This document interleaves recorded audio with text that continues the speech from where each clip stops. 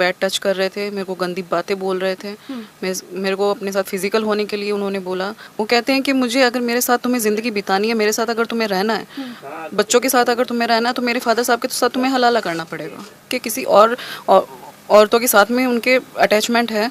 मैंने उनके फ़ोन में भी बहुत सी उनकी न्यूड्स पिक्चर वगैरह और किसी और लेडीज़ के साथ में देखी है। बार बार में मेरे को अबॉर्शन किट खानी पड़ रही थी, कम से मतलब गिनती नहीं है, इतनी बार मैंने अबॉर्शन किट खाई है। बहुत बार मेरा मिसकैरेज भी हुआ, मेरी ननद की वजह से भी मेरा मिसकैरेज हुआ। मारपीट करती थी उस वक्त भी, मेरी बड़ी वाली जो ननद है रूबीना, उसकी वजह से मेरा मिसकैरेज भी हो चुका है। जो बोलते हैं ना कि इस्लाम की शहजादियाँ हैं, इस्लाम में औरतों को सर का ताज समझा जाता है, तो मैं यही पूछना चाहती हूँ कि वो लोग है कहाँ। 3 तलाक हस्बैंड ने बोल दिया, हलाला औरत को करना पड़े, तो वो शुद्ध कहाँ से होगी? जब दूसरा आदमी उस पर हाथ डालेगा, वो शुद्ध कहाँ से होगी? अनीसा बानो, ऐसी ही उसी औरत की कहानी मैं सुनाने जा रहा हूं जो कि राजस्थान की रहने वाली है और राजस्थान से वो दिल्ली आई है। जी हाँ, ये मुस्लिम औरत जो शुरू में अभी आपने देखी है, ये अनीसा बानो है। और इसके ऊपर जो जुल्म हुआ है इसके पति के द्वारा, इसके शौहर के द्वारा, इसके ससुर के द्वारा, इसने इस वीडियो के अंदर अपनी कहानी बताई है।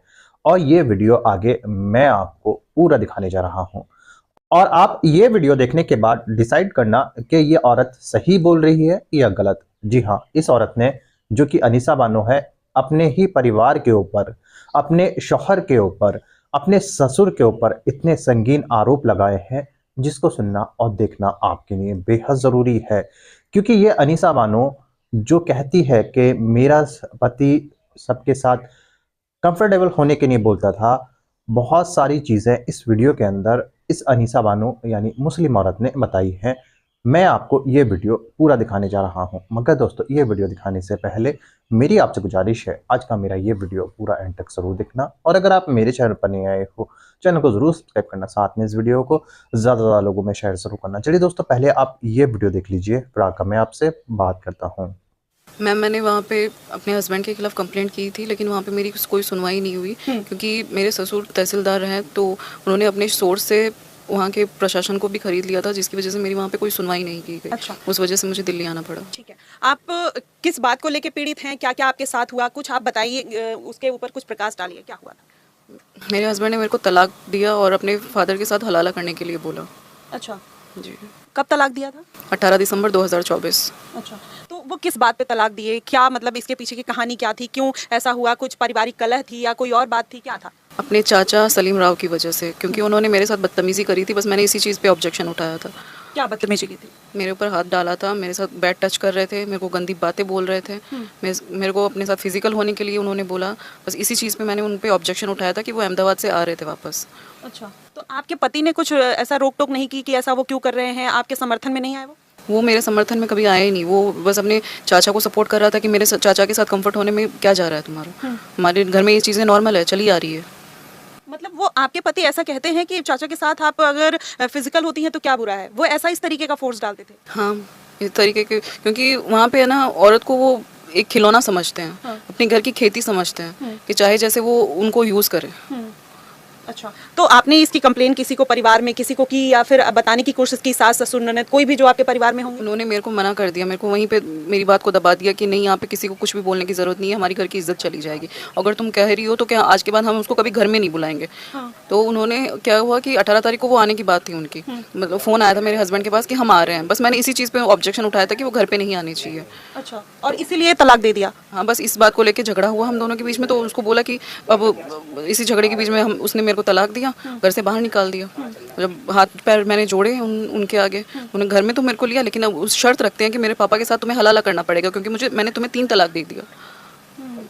तो मतलब हलाला करोगी तभी अंदर एंट्री मिलेगी, नहीं तो नहीं मिलेगी, मतलब उसके बाद भी उनके रहमो करम पर ही रहना है? हाँ, वो कहते हैं कि मुझे अगर मेरे साथ तुम्हें ज़िंदगी बितानी है, मेरे साथ अगर तुम्हें रहना है, बच्चों के साथ अगर तुम्हें रहना है, तो मेरे फादर साहब के साथ तुम्हें हलाला करना पड़ेगा। मतलब एक महिला कितनी मजबूर होती है, आप देखिए कि अगर पति के पास वापस जाना है तो ससुर के साथ हलाला करना पड़ेगा, और चचेरा ससुर छू भी रहा है तो कह रहे हैं कि हमारे परिवार में इस तरीके की चीजें होती हैं, आपको कॉम्प्रोमाइज करना पड़ेगा। सोचिए, समाज की ऐसी स्थिति है, ऐसी दरिंदगी है, और जब ऐसी कुरीतियों पर सवाल उठाया जाता है सरकार के द्वारा या फिर महिलाओं के द्वारा, तो चंद लोग किस तरीके से उसके ठेकेदार खड़े हो जाते हैं और महिलाओं की अस्मिता को कैसे ठेस पहुंचाते हैं, चलिए जानते हैं। तो मैम, जब ऐसा कुछ हुआ तो आपने अपने पति को जब बताया कि ऐसा हो रहा है, उनका बिहेवियर कब से बदला आपकी तरफ, या फिर क्या क्या चीज़ें परेशानियां आपको उस घर में झेलनी पड़ी? मैम शादी के 2 साल बाद में, 2 या 3 साल बाद में उनका बिहेवियर मेरे प्रति चेंज हो गया था। मैंने उनसे पूछा भी था कि आखिर तुम्हें प्रॉब्लम क्या है, अगर कुछ प्रॉब्लम है तो मेरे से शेयर करो। तो बस इतना बोलने पे मेरे साथ मारपीट करते थे या गुस्सा करते थे, मेरे को गाली गलौज करते थे। बस ज़्यादा फिर मैंने भी पूछना उनसे छोड़ दिया, लेकिन बाद में धीरे धीरे जब मुझे पता चला कि उनके किसी और औरतों के साथ में उनके अटैचमेंट है, मैंने उनके फ़ोन में भी बहुत सी उनकी न्यूड्स पिक्चर वगैरह और किसी और लेडीज़ के साथ में देखी है। मैंने हर चीज़ पे ऑब्जेक्शन उठाया था, लेकिन मेरे को उस टाइम पे मारपीट झेलनी पड़ती थी। मेरी नंदे भी मेरे साथ में मारपीट करती थी। और जब मैंने उनको बोला कि तुम्हारा भाई मेरे साथ ऐसा करता, तो वो बोलती है कि मेरा बाप तहसीलदार है, तहसीलदार का बेटा ये नहीं करेगा तो कौन करेगा। अच्छा, आपके ससुर तहसीलदार थे? हाँ, मेरे ससुर तहसीलदार थे। अच्छा, तो उनका रुतबा भी होगा कैसे, मतलब बाहुबली वाले तहसीलदार थे या पैसे का रसूख रखते थे, किस तरीके की, मतलब क्या पैसे की गर्मी बहुत है उनको। अच्छा, पैसा बहुत है। हाँ, मतलब बड़े बाप के बिगड़ैल बच्चे कह सकते हैं, तो वही कॉन्सेप्ट था। लेकिन वहीं पे अगर दूसरी बात करें तो जब आपके पति का सपोर्ट नहीं मिला तो आपने अपने मायके में सारी चीज़ें बताई कि ऐसा ऐसा आपके साथ हो रहा है, बताया? हाँ, मैंने अपने पेरेंट्स को बताई थी। तो मेरे पेरेंट्स ने मेरे को ये बोला कि मेरी छोटी बच्ची थी उस वक्त, मैंने उनको बोला कि मेरे पापा ने मेरे को बोला कि मम्मी ने कि बेटा अब तुम्हारी लाइफ वही है, बच्ची तुम्हारी छोटी है, इसका फ्यूचर ख़राब हो जाएगा, आदमी है ये चेंज हो जाएगा, वक्त के साथ चेंज होगा, इसको थोड़ा टाइम दे। मैंने वहाँ पे चलो ठीक है, मैंने कॉम्प्रोमाइज़ कर लिया। फिर मैं अपने बच्चों में लगी रहती थी, फिर मैं उस पर इतना ज़्यादा नहीं हो पा रहा था, मैं नहीं ध्यान देती थी। पर धीरे धीरे ये उसकी हरकतें बढ़ती चली गई, उसकी कम नहीं हुई है।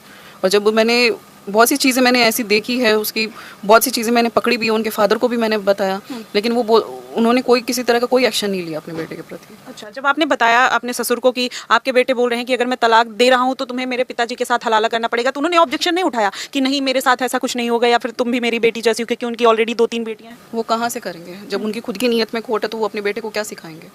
जब वो भी आप पे गलत नजर रखते थे? जी बिल्कुल, जब वो मेरे पे गंदी नज़र रखते थे, चाहे जैसे कमरे में एंटर हो जाना, चाहे जैसे वो उनका टच करना, तो ये चीज़ें मैं खुद उनके सामने जाने में अनकंफर्टेबल फील करती थी। शादी हुई थी 19 मई 2012 में, और 2013 में मेरी बेटी हो गई थी।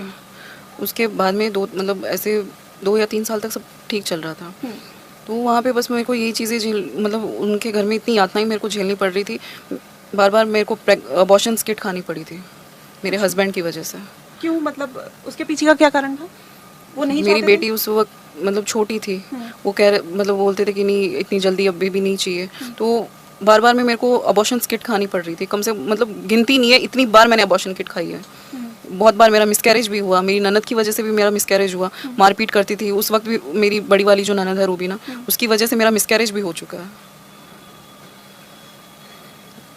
शब्द नहीं है। और आपकी शादी के बाद मतलब कब बच्चा हुआ, कब आपका मन था बच्चे करने का, या बच्चे के लिए कभी ऐसा प्रेशर बनाया गया कि आप ये करो, इतने बच्चे करो? क्योंकि आप लोगों के मजहब में अगर देखा जाए तो ज़्यादा से ज़्यादा बच्चे करने का कॉन्सेप्ट है, ज़्यादा से ज़्यादा शादियाँ करने का कॉन्सेप्ट है। उस चीज़ के लिए कभी प्रेशर बनाया गया?